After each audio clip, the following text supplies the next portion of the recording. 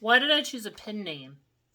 Well, let me take these off so you're not looking at the ring lights in my eyes. I feel like an anime character. You know, when you see the lights shine in their glasses, it means they're evil.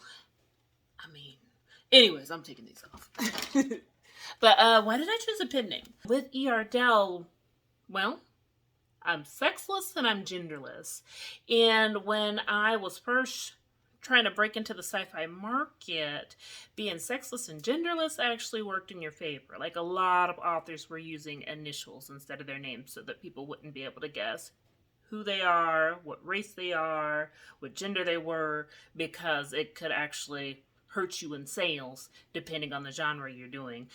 Those reasons aren't so valid anymore now that the gatekeepers are starting to open up and let more people through, and more readers are starting to open their eyes and diversify how they're looking at authors and the fiction that they read and the types of fiction that those authors are now allowed to write. Like before, if you were a black author, people would just look at you and assume, oh, you're going to write about a struggle, or you're going to write about something with a more Christian message, or you're going to write, like, there was just certain things that they expected black authors to write about. So if they saw a name that they thought was black on a science fiction novel, they had this impression of what they thought that book would be about or what elements it would contain that just aren't there as much anymore. So I'm like, okay, I have this semi pseudonym because it is my name that I used for those reasons. I didn't want people to make assumptions about my work in my book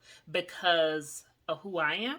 But now it's kind of hard to change the pen name because I've branded it. So I'm like, I know plenty of other authors say, well, I use this pen name for when I write science fiction. I use this pen name for when I write romance.